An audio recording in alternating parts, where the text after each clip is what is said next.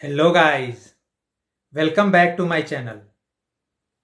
जैसा कि आपको पता है, मैं BPSC mains answer writing series के लेक्चर्स ले रहा हूं। इससे पहले भी कुछ एक लेक्चर्स मैंने लिए हैं, लेकिन आज का जो लेक्चर है वो थोड़ा सा स्पेशल है। स्पेशल इसलिए है क्योंकि मैं आज पॉलिटी का लेक्चर ले रहा हूं और पॉलिटी में भी जो सबसे बेसिक लेक्चर हो सकता है वो लेक्चर ले रहा हूं। एंड सबसे बेसिक पॉलिटी का क्या हो सकता है? That is none other than constitution. जी हाँ, मैं बात करूंगा कॉन्स्टिट्यूशन वर्सेस कॉन्स्टिट्यूशनलिज्म की। दोनों में क्या संबंध है, क्या समानताएं हैं, क्या डिफरेंसेज हैं, इसकी बात करेंगे।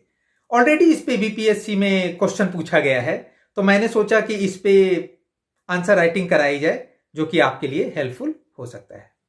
मैं इसको एक स्टोरी फॉर्म में आपको समझाने की कोशिश करूंगा, तो देखते हैं अगर आप समझ पाए तो। वेल, देखिए, यहां पे तीन डायग्राम मैंने आपको दिखाए हुए हैं। पहला जो दिख रहा है वो है जिन। Second is chirag and third is Aladdin.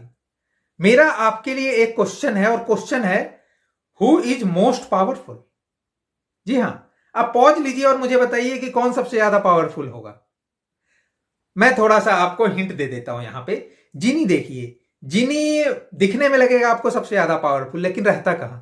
रहता है वो चिराग के अंदर, यानी चिराग ज्यादा पावरफुल। अब चिराग पे आते हैं। चिराग कहता है मैं पावरफुल, लेकिन चिराग तब तक मतलब एक्टिवेट नहीं होता जब तक कि अलादीन उसको घिसता नहीं है। ओके, तो उस मामले में अगर आप देखो तो अलादीन सबसे पावरफुल। तो जी हां, मेरा भी बेट जो जाएगा, मैं भी अगर बेट लगाने वाला हूं तो मैं भी किस पे बेट लगाऊंगा? मैं भी अलादीन पे ही बेट लगाने वाले हूं। अलादीन ही सबसे ज्यादा पावरफुल हुआ। अब देखते हैं, उसको कॉन्स्टिट्यूशन से जरा जोड़ने की कोशिश करते हैं कि क्या है यहां पे। देखिए, जिन को मैंने भारत सरकार लगा दिया, बहुत पावरफुल आपको दिखता है। चिराग जो है उसको आप कॉन्स्टिट्यूशन ऑफ इंडिया समझ लो। और अलादीन जो है वो हम जैसे, आप जैसे लोग, यानी हम भारत के लोग। ओके, तो अब आप बताइए सबसे पावरफुल कौन? जी हां, आप सबसे पावरफुल हुए, क्योंकि आप वोट देते हो और ये डिसाइड करते हो कि यहां पे बैठने वाले मोदी जी होंगे, या फिर बिहार में नीतीश कुमार जी होंगे, या फिर और कोई होगा। ओके, तो ये डिसाइड करने वाले आप हो। और ये आपको किसने ये राइट दिया हुआ है? ये राइट आपको कॉन्स्टिट्यूशन ने दिया हुआ है। ओके, तो आज मैं बात करने वाला हूं उसी कॉन्स्टिट्यूशन की जिसने आपको राइट दिया हुआ है। ओके, तो चलिए आगे बढ़ते हैं, देखते हैं जरा।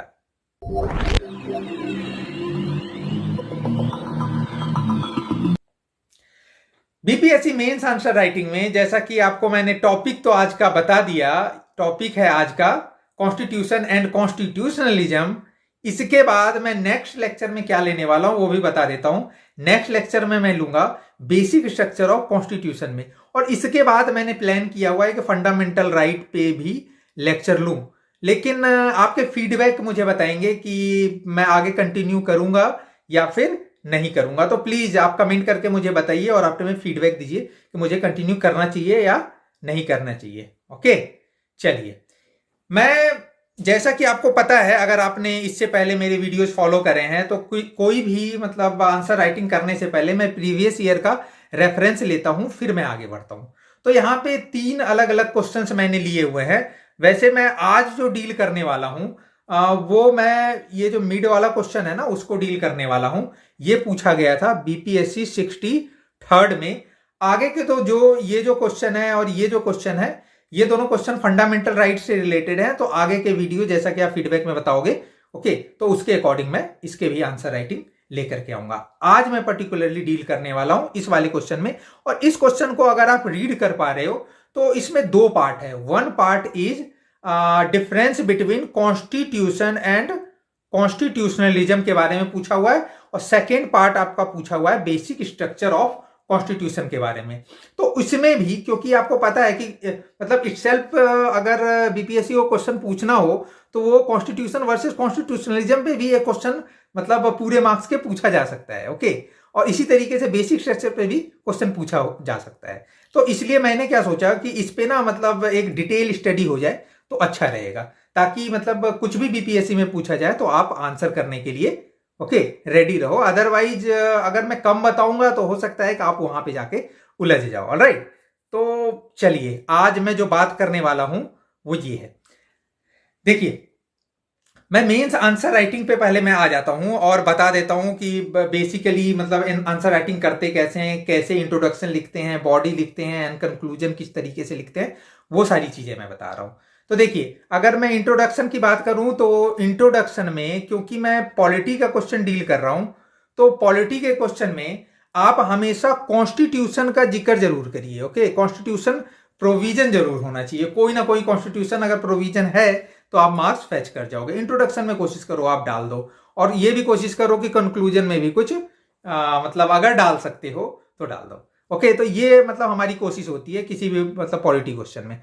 और basic need of the question के अकॉर्डिंग आप जाओ। अब धीरे धीरे आप आंसर राइटिंग करोगे ना तो खुद ब खुद सीख जाओगे कैसे करते हैं। बॉडी की मैं बात करूं तो जैसे मैं प्रोसीड करूंगा तो वैसे ही बताता चला जाऊंगा आपको। ओके, तो ये दो क्वेश्चंस क्योंकि मैं डील कर रहा हूं तो फिर जैसे जैसे मैं आगे बढ़ूंगा आपको बताता चला जाऊंगा। और कंक्लूजन की बात करूं तो कंक्लूजन आपका पॉजिटिव माइंडसेट से कुछ फ्यूचरिस्टिक होना चाहिए, और जितना कुछ आपने लिखा है उसको आप समाप्त कर दो, ये होता है आपका कंक्लूजन। ठीक है, तो चलिए मैं आपके क्वेश्चन पे आ जाता हूं कि आज का जो क्वेश्चन है वो ये होने वाला है। Question is what is the difference between constitution and constitutionalism. Okay, constitution को थोड़ा बहुत मैंने अभी आपको बता दिया था, लेकिन एक आंसर राइटिंग में किस तरीके से लिखा जाता है वो हम समझेंगे। तो देखो, टॉपिक क्योंकि कॉन्स्टिट्यूशन एंड कॉन्स्टिट्यूशनलिज्म है, तो आपका इंट्रोडक्शन किस टाइप का होना चाहिए वो मैं बता देता हूं। इंट्रोडक्शन में आप कोशिश करिए कि इन दोनों के डेफिनेशन की जिक्र हो जाए। ओके, और इन दोनों का लिंक बन जाए कि ये दोनों रिलेटेड किससे है। तो देखो पहले क्या लिखा हुआ है, पहले लिखा हुआ है the concept of constitution and constitutionalism refer to the legal framework of a country, यानी दोनों लीगैलिटी को फॉलो करता है, यानी दोनों लीगल है, कॉन्स्टिट्यूशन एंड कॉन्स्टिट्यूशनलिज्म। यहीं पे ही इसका लिंक नजर आ रहा है। आगे बढ़ते हैं कि क्या है कॉन्स्टिट्यूशन एंड कॉन्स्टिट्यूशनलिज्म में मतलब डिफरेंसेज, वो देखते हैं। अब ये बोला हुआ है while constitution is often defined as supreme law of country. Constitution को क्या बोलते हैं?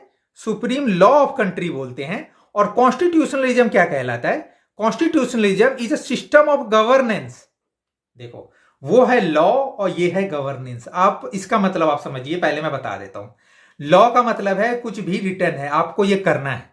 ओके, जैसे कि मतलब आपको जब लॉकडाउन हुआ था ना, तो ये बोला गया था कि घर से बाहर आपको नहीं निकलना है, तो वो क्या था? लॉ था। ओके, वो हुआ लॉ। लेकिन उसका पालन किया क्या आपने? अगर आपने पालन किया तो वो कॉन्स्टिट्यूशनलिज्म है, अगर पहले वाली चीज को मैंने लॉ माना तो। इसी तरीके से कॉन्स्टिट्यूशन में बहुत ढेर सारी चीजें लिखी हुई है। जैसे ये लिखा हुआ है कि किसी भी मतलब पर्सन के साथ मतलब डिस्क्रिमिनेशन नहीं होगा 5 बेसिस पे। ओके, मतलब caste, sex, religion, place of birth. Okay, तो इन सब चीजों पे मतलब कोई डिस्क्रिमिनेशन नहीं होगा, तो वो लिखा हुआ है। लेकिन अगर रियल लाइफ में वो फॉलो हो रहा है तो वो कॉन्स्टिट्यूशनलिज्म है। डॉक्यूमेंट लिखा हुआ और उसका फॉलो होना, इसमें आप डिफरेंस समझ लो कि रिटन डॉक्यूमेंट इज कॉन्स्टिट्यूशन और उसका फॉलो अप इज कॉन्स्टिट्यूशनलिज्म, यानी कॉन्स्टिट्यूशन से एक कदम आगे इज कॉन्स्टिट्यूशनलिज्म, उसका फॉलो अप। ओके, चलिए, तो वही चीज मैंने लिखा हुआ है वहां पे। और कॉन्स्टिट्यूशनलिज्म की अगर मैं बात करूं तो कॉन्स्टिट्यूशनलिज्म जो है, देखो अगर मैं कॉन्स्टिट्यूशन की बात करूं पहले, तो कॉन्स्टिट्यूशन क्या करता है? कॉन्स्टिट्यूशन एक तो है हम लोग, we the people of India. हम लोग हैं पीपल ऑफ इंडिया, यानी हम लोग, जिसमें मैं भी आ रहा हूं, देखो मैं भी आ रहा हूं। और गवर्नमेंट दूसरी तरफ है, यानी स्टेट। ओके, इन दोनों के बीच बैलेंस बना करके रखना कॉन्स्टिट्यूशन क्या करती है? कॉन्स्टिट्यूशन पीपल को राइट्स देती है कि आप ये काम करिए, हम लोगों को राइट दिया गया है, और गवर्नमेंट के राइट्स को कम किया गया है। कॉन्स्टिट्यूशन वैसे तो आप देखो, आपको लगेगा कि गवर्नमेंट के पास सारे पावर्स हैं। ओके, लेकिन कॉन्स्टिट्यूशन में लिमिटेशंस दी गई हैं कि गवर्नमेंट के कुछ लिमिटेशन है, आपको मतलब जनता के लिए काम करना ही पड़ेगा। ओके, तो इन दोनों में बैलेंस जो बना करके रखता है वो है कॉन्स्टिट्यूशन। ओके, तो कॉन्स्टिट्यूशन में वो रिटन है एक्चुअली, लेकिन अगर वो फॉलो हो जाए तो वो क्या कहलाएगा, कॉन्स्टिट्यूशनलिज्म। वही लिखा हुआ है विच the power of government is limited by rule of law, यानी रूल ऑफ लॉ से लिमिटेड है। ओके, तो आई होप इतना कुछ जो मैंने बताया है आपको समझ में आ गया होगा कॉन्स्टिट्यूशन एंड कॉन्स्टिट्यूशनलिज्म में डिफरेंसेस। अगर आपको समझ में आ गया है तो बड़ा ही आसान हो जाएगा आपके लिए। ये देखिए, मतलब अब आप जब बॉडी में जाओगे तो दोनों के एक नॉर्मल डेफिनेशन लिख दीजिए, जैसा कि मैंने आपको यहाँ पे प्रोवाइड कर दिया है। ओके, चलिए इसके आगे मैं अभी बढ़ूंगा, लेकिन पहले मैं आपको बता देता हूं कि दोनों के डेफिनेशन को देखिए। ये है what is constitution and what is constitutionalism. अगर आप चाहते हैं तो मैं पढ़ के बता देता हूं। ओके, चलिए फटाफट मैं इसको बताता हूं। Constitution is the fundamental and organic law of the nation. देखो, ऑर्गेनिक का मतलब क्या है? ऑर्गेनिक का मतलब है लाइव, यानी लाइव लॉ है। Okay, establishes the conception. Conception का मतलब क्या है? कंसेप्शन का मतलब है how to form the government. Character, character देखो ये 5 कैरेक्टर दिए हुए हैं। ये 5 कैरेक्टर कौन कौन से हैं? ये देखो, ये 5 कैरेक्टर दिए हुए हैं कॉन्स्टिट्यूशन के। कॉन्स्टिट्यूशन के 5 कैरेक्टर हैं, वो कौन कौन से हैं? Sovereign, socialist, secular, democratic, Republic. ये 5 कैरेक्टर है कॉन्स्टिट्यूशन के। तो ये पांचों कैरेक्टर यहां पे लिखा हुआ है, ठीक है। एन ऑर्गेनाइजेशन, जो कि बेसिक डिजाइन है इसका, of government as well as defined the extent of sovereign power of government and manners to exercise those powers. Alright, तो ये देखिए कंप्लीट डेफिनेशन ऑफ कॉन्स्टिट्यूशन है। ऑलराइट, इसी तरीके से कॉन्स्टिट्यूशनलिज्म पे चलेंगे। कॉन्स्टिट्यूशनलिज्म क्या है मैंने ऑलरेडी बता दिया था आपको, तो देखिए उसको हम कैसे लिखेंगे। ये है constitutionalism is a system of governance, already बता दिया था, which the power of government is limited by law and checks of balance. ठीक है, checks of balance and law से क्या है? लिमिटेड है। In order to reconcile authority with individual and collective freedom. Okay, देखो रिकंसाइल किस किस को कर रहा है? रिकंसाइल कर रहा है इंडिविजुअल, यानी हम लोगों को, और गवर्नमेंट को। दोनों के बीच क्या है? संबंध स्थापित कर रहा है, यानी दोनों के बीच में एक मतलब समझ रहे हो ना, एक संबंध बना हुआ है कि एक दूसरे को दोनों बार नहीं कर सकते। ओके, और एक दूसरे की दोनों मदद कर सकते, एक दूसरे के लिए, ठीक है, दोनों बने रह सकते हैं। तो ये काम कौन करता है? कॉन्स्टिट्यूशनलिज्म, यानी कॉन्स्टिट्यूशन में लिखी हुई चीजों को पालन करने की एक सोच। ओके, अब देखिए, the idea of constitutionalism is strictly linked with the progress and spread of democracies. Okay, अब देखिए, इन मोनार्कीज,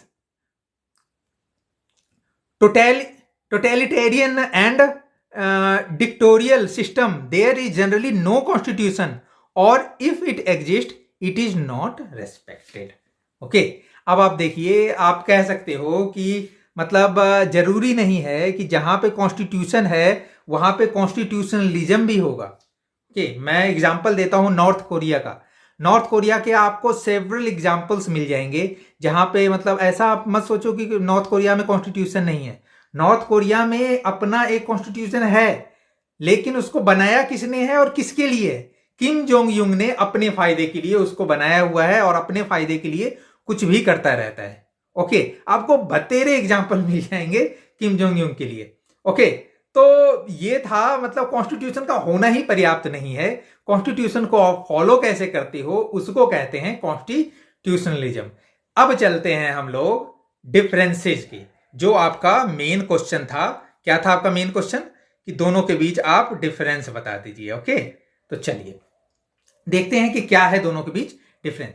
देखो यहां पे है, the constitution is generally a written document as you know, created by the government, while constitutionalism is a principle. Already बात हो गई है, ये तो डॉक्यूमेंट है और ये प्रिंसिपल है। And a system of governance that respects the rule of law and limits the power of government. देखो इसको ऑलरेडी डील किया जा चुका है। ओके, नेक्स्ट देखते हैं। Next is constitutionalism is based on principles outlined in the constitution, यानी constitutionalism वही सेम चीज, प्रिंसिपल है। ओके, चलिए, और in other core legal documents, but it is also a principle of its own. Okay, कोई बात नहीं। देखो कॉन्स्टिट्यूशनलिज्म की अगर मैं बात करूं तो अपने आप में ही प्रिंसिपल है। जैसा कि मैंने अभी एग्जांपल देकर के बताया था कि कॉन्स्टिट्यूशन का होना ही मतलब सब कुछ नहीं बताता। कॉन्स्टिट्यूशनलिज्म अपने आप में एक प्रिंसिपल है, ओके, जिसमें मतलब डेमोक्रेटिक गवर्नमेंट होनी चाहिए, यानी रूल ऑफ लॉ को फॉलो होना चाहिए। अगर कुछ ऐसा नहीं हो रहा है तो ऐसे कॉन्स्टिट्यूशन का होना नहीं होना भी कोई मतलब नहीं है, वही सेम चीज है। ओके, तो देखो अभी जो मैंने बताया था उसी चीज को आपको यहाँ पे लिखा हुआ है एज इट इज, आप इस तरीके से आंसर राइटिंग कर सकते हो। और थर्ड देखो, थर्ड पॉइंट को देख लेते हैं। The constitution is often written document while principle of constitution is generally written. Okay, same चीज है। Both constitution and constitutionalism evolve with, ठीक है, प्रोमलगेशन ऑफ डेमोक्रेसी आइडियाज। देखो दोनों एक ही आइडियाज से मतलब जन्म लेते हैं, लेकिन दोनों के मतलब इंप्लीमेंटेशन का टाइम अलग है। ओके, देखो कॉन्स्टिट्यूशन आने में इंडिया को कितना टाइम लगा? 1950s में कॉन्स्टिट्यूशन बन के आ गया और इंप्लीमेंट भी हो गया। ऑलराइट, अब देखो 95 में कॉन्स्टिट्यूशन आ गया। क्या आप कह सकते हो अभी कॉन्स्टिट्यूशनलिज्म है? हर मामले में देखो, कुछ मामले में तो है, धीरे धीरे इवॉल्व हो रहे हैं ना, जैसे जैसे हम लोग इवॉल्व हो रहे हैं उस तरीके से कॉन्स्टिट्यूशनलिज्म धीरे धीरे धीरे धीरे क्या है, आता जा रहा है। तो उस टाइम का डिफरेंस है, ओके, एंड स्पीड का डिफरेंस है। बस इस चीज को यहां पे पॉइंट आउट किया गया है। नेक्स्ट देखते हैं क्या है। अब जिसकी मैंने बात करी थी वो देखो, having a constitution is not enough to have constitutionalism. Constitution का होना ही काफी नहीं है, आपका कॉन्स्टिट्यूशनलिज्म यानी ये सोच, वो प्रिंसिपल आपके अंदर होनी चाहिए, तभी कॉन्स्टिट्यूशनलिज्म को माना जाएगा। आपको बता करके लोग मतलब समझ रहे हो ना, आपको हमेशा ये बोल लेंगे कि झूठ मत बोलना, झूठ बोलना पाप है। ओके, लेकिन जब तक आप उसको मान नहीं लोगे, उसको प्रिंसिपली आप उसको फॉलो नहीं कर लोगे, तब तक उस बोल का मतलब ही नहीं है। उसी तरीके से आप कॉन्स्टिट्यूशन और कॉन्स्टिट्यूशनलिज्म को समझ सकते हो। ओके, अब कुछ फैक्टर देख लेते हैं जिससे कि आप समझ सकते हो कि वहां पे कॉन्स्टिट्यूशनलिज्म है। वो कौन कौन से फैक्टर हो सकते हैं? देखो, पहला फैक्टर है independent judiciary with power of judicial review, यानी जुडिशरी के पास जुडिशियल रिव्यू की ताकत हो, ऐसा कुछ है तो आप मान सकते हो कॉन्स्टिट्यूशनलिज्म है। रूल ऑफ लॉ को फॉलो हो रहा है, यानी जो लॉ है उसका फॉलो हो रहा है, तो वो कॉन्स्टिट्यूशनलिज्म है। फंडामेंटल राइट हो जहां, यानी हम जैसे नागरिकों के पास कुछ राइट्स हैं, बोलने की राइट है, चलने की राइट है, लोगों से मिलने की राइट है, सोने की राइट है, मंदिर जाने की राइट है, मस्जिद जाने की राइट है, गुरुद्वारा जाने की राइट है, चर्च जाने की राइट्स हैं। ओके, तो मतलब समझ रहे हो ना, व्यवसाय लेने की राइट्स हैं, और क्या क्या बताऊं मैं, मतलब सारे राइट्स हैं हमारे पास। तो वो फंडामेंटल राइट अगर नहीं है ना, तो ऐसा कॉन्स्टिट्यूशन नहीं कहलाएगा, वहां पे कॉन्स्टिट्यूशनलिज्म नहीं कहलाएगा। Next is separation of power for checks and balance. देखो, सेपरेशन ऑफ पावर होता किस लिए है? गवर्नमेंट हमारे मतलब बात करो कि गवर्नमेंट के पास, जैसे सपोज करो कि गवर्नमेंट की बात करूं तो आप लगा लो पीएम। अब देखो कि पीएम अगर उनका कोई चेक्स एंड बैलेंस नहीं होगा अगर जुडिशरी के तरफ से, तो वो तो कुछ भी करते चले जाएंगे। मतलब एक एग्जांपल दे रहा हूं मैं आपको कि आपका है, तीन चीजें होती है जैसा कि आपको पता है।